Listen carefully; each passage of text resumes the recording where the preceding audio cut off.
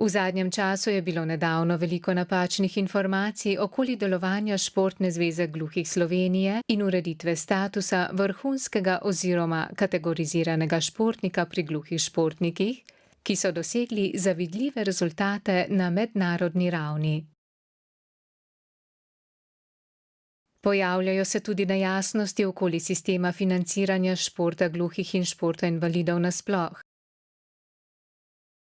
Prav tako nekaterim ni jasna zakonodaja, sistemska ureditev športa invalidov.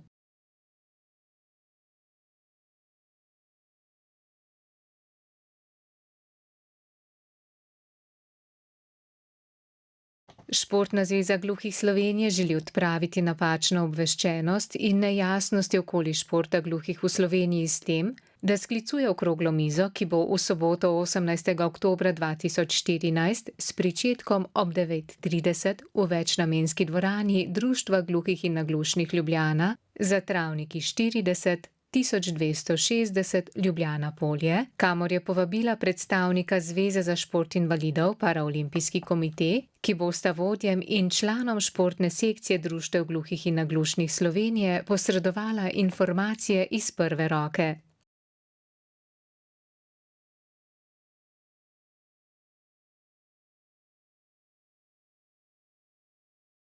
Udeleženci bodo imeli možnost razprave s podajanjem povratnih informacij.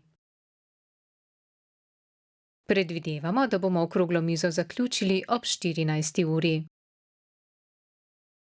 Tolmač za slovenski znakovni jezik bo zagotovljen.